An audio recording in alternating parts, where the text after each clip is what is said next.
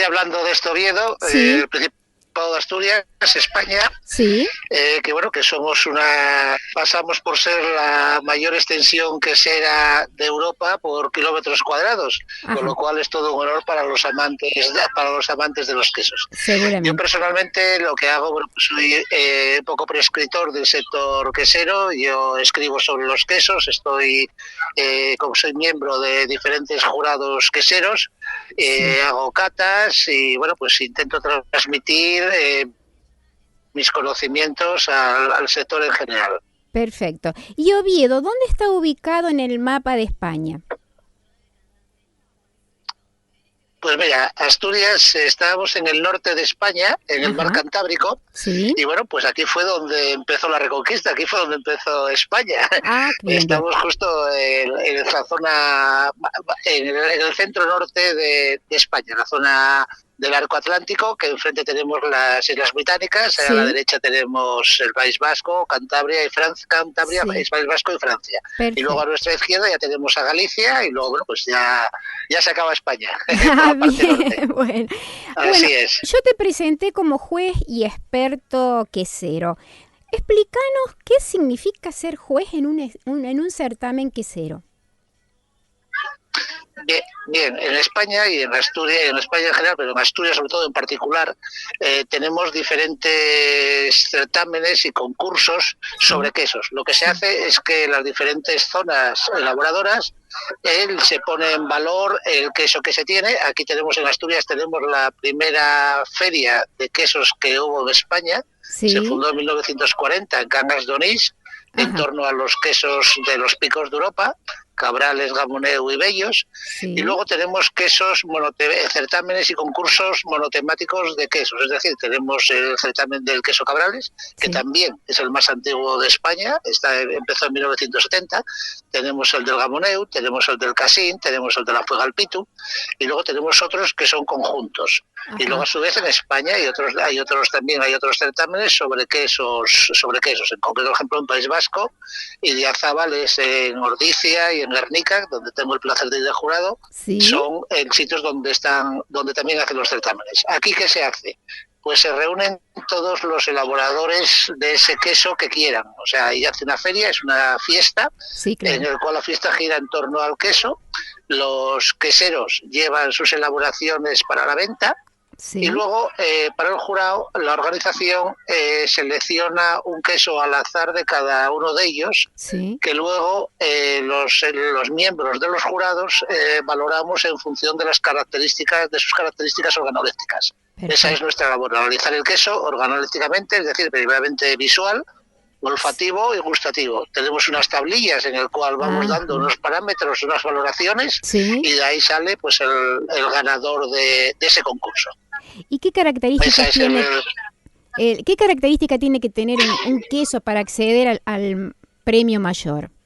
Estamos hablando de quesos de pequeñas producciones, Sí, quesos, muchos de ellos, los que te he nombrado, todos tienen denominación de origen protegida europea, sí, y son quesos que tienen hay unos parámetros que se definen en los diferentes denominaciones de los consejos reguladores, sí, de lo que es el queso tipo. Es decir, sí. el queso Cabrales, por ejemplo, tiene que tener unas connotaciones, tiene que tener un diámetro, Bien. un peso específico. Las caras tienen que ser lo más homogéneas posibles, que no haya anomalías, que Sí, al final se acoja a lo que se espera, al estándar claro. del queso ideal. Y eso lo centramos previamente en comités de calidad. Ajá. Tenemos comités de calidad en el cual se definen cómo tienen que ser los parámetros, los diferentes parámetros de cada queso. Es decir, si el tipo de color, el Sí, tipo del penicillium, del reporte del sí, penicillium. Tenemos que también hablar de que los agujeros sean los correctos, de que no tengan perfecto, anomalías y que luego gustativamente se acojan a lo que esperamos también de ese queso. perfecto. Esos son así a Sí, líneas sí, sí, generales lo que te perfecto. podría transmitir. Sí, sí. ¿Y qué sensación tiene que transmitir un buen queso? Porque las características organolépticas, las sensaciones tienen mucho que ver. Entonces, ¿qué sensaciones transmiten los quesos? Pues si me permites, de satisfacción. Un buen Ajá, queso te tiene que dejar satisfecho según lo pruebes. Es decir, tiene que estar en su punto justo de maduración, tiene que tener el reparto justo de los componentes, es decir, si hablamos de unos quesos curados, pues quesos que se acojan con estos, que estén en su justo punto, que no estén ni pasados de punto ni todavía verdes, es decir, que todavía les falte una maduración para conseguir la plenitud. Y luego olfativamente ya te da muchas pistas. Un queso visualmente y olfativamente te va a indicar claramente por dónde puede ir. Te puedes llevar sorpresas, pero bien te puede indicar qué tipo de pieza te vas a encontrar enfrente. Perfecto. ¿Vale? Sí, te entiendo perfecto. Y después los trozos de quesos que los jueces llevan a la boca también, según el lugar, las papilas, cómo lo van llevando y masticando, también va a transmitir un montón de sensaciones que también van a poder calificar según todo ese tipo de situaciones, ¿verdad? Sí, claro. A ver, yo insisto en que en función de sea el tipo, no es lo mismo un queso de pasta azul que un queso de azul, que un queso de oveja o de vaca, de joven o de pasta prensada o madurado. Cada tipo de queso requiere unos parámetros organolépticos diferentes, pero en líneas generales, a la hora de hacer una evaluación de un queso y a la hora de valorarlo, lo que analizamos es que la pasta, la masa, sea lo más uniforme posible, que al contacto con los dedos funda bien, que no esté dura, que no esté seca, que el punto de humedad sea el correcto. Esto es fundamental. Un queso, para que sea un gran queso, tiene que tener su justo punto de humedad. Si tiene mucho, nos vamos a encontrar con un queso blandecino, y si tiene poca, nos vamos a encontrar con un queso que reseque, que a la hora de cortarlo se desparrame, y eso puntúa negativamente. Nosotros lo que hacemos es que eso sí valoramos mucho. Por eso antes de la ingesta ya nos dice cómo es el queso. Ya tenemos una serie de parámetros que, si el queso no está en condiciones, va a restar mucho la puntuación final. Aunque luego en boca esté rico, todos los parámetros anteriores le van a restar puntos. Por eso los quesos ganadores o los quesos que quedan en primeros lugares, quesos que reúnen unas condiciones máximas en cuanto a lo que se espera de ese queso. Perfecto. Eso es un poco lo que tenemos siempre en cuenta. Sí, perfectamente entendido. Encontramos también con lo mismo, en función del tipo de queso que tengamos, es decir, de cómo ha sido elaborado, de qué tipo de leche tiene, de qué tiempo de maduración tiene. Yo aconsejo siempre hacerlo de una manera o de otra. Me explico. Por ejemplo, un queso azul, que suelen ser, veíamos para que la gente lo entienda, los quesos azules por excelencia. Bueno, aquí en Asturias y en España es el Cabrales, pero bueno, en Francia es el Roquefort, en Italia es el Gorgonzola, en Inglaterra es el Stilton. Entonces, a mí me gusta mucho armonizarlos con vinos que aquí llamamos generosos, vinos de tipo Jerez de Pedro Ximénez. Son vinos envejecidos, vinos dulces, semidulces. No sé si ahí en Argentina tenéis algún tipo de estos vinos, pero a mí personalmente es como yo creo que mejor salen las connotaciones de ambos. Parto de la base que para mí una buena armonización es aquel producto que, una vez ingerido, potencia el anterior. En este caso el vino, la bebida, tiene que potenciar el sabor del queso y a la vez tiene que limpiar las papilas gustativas para que permita volver a hacer otra vez la ingesta de ese queso limpio y poder disfrutarlo. Entonces, bajo esa premisa, lo que hay que buscar son esas connotaciones. Por ejemplo, un queso de oveja curado fuerte, a mí me encanta armonizarlo con un vino blanco fermentado en barrica, no el vino joven blanco, sino fermentado en barrica, que tiene unas connotaciones de madera importantes y que tiene una robustez que permite precisamente anular ese tipo de grasa que tiene la abeja. Por eso hablar de una armonización general es difícil, pero sí, con estos ejemplos creo que nos puede quedar claro lo que yo personalmente entiendo como una armonización de bebida con queso. Perfecto. Y para ir terminando, estuvo clarísimo lo que has explicado, Luis. Y para ir terminando, quiero que me hables en estos poquitos minutos que nos quedan, la historia del queso Casín con denominación de origen protegida, porque me comentaste que es uno de los quesos más antiguos.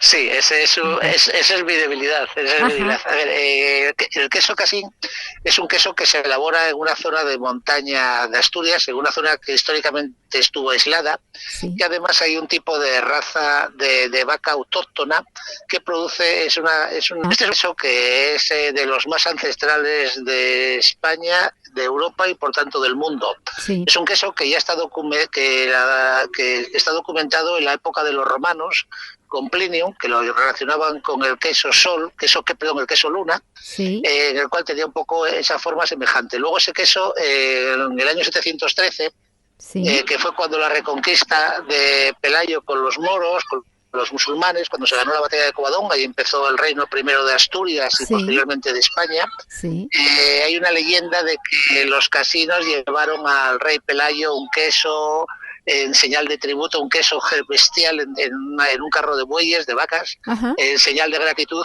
y les dieron cortesía de cortesanos a los habitantes de Caso. sí, Pero luego está documentado en 1328, en el siglo XIV, sí, que el monasterio, uno de los monasterios que había aquí en Asturias, tenían obligación de pagarles, entre la renta que pagaban a las abadesas, le pagaban con quesos también, y son ajá, los quesos casinos y los especifica claramente. Pero aparte de eso tiene dos connotaciones que lo hacen único en el mundo. Es que yo sepa el único queso que se hace y se deshace hasta 4 veces. Es decir, hay una máquina que se llama de rabilar, sí, que cuando se hace el queso se pasa por ahí porque lo que se trata es de quitarle la humedad, para que, sabes, que para que un producto aguante durante el tiempo y se mantenga en el sí, tiempo en sí, perfecto estado de conservación, y más cuando no había frigoríficos ni cosas como las que tenemos ahora, sí, lo que había es que quitarle la humedad, y para claro que quitarle la sí. humedad se consigue pasando la masa, rompiendo la masa y pasándola por unos rodillos, que Sí, esos rodillos le van quitando humedad cada vez que pasa. Y a su ajá, vez va cogiendo fuerza el queso, la masa va cogiendo queso, con lo cual estamos hablando de un queso fuerte, un queso peculiar.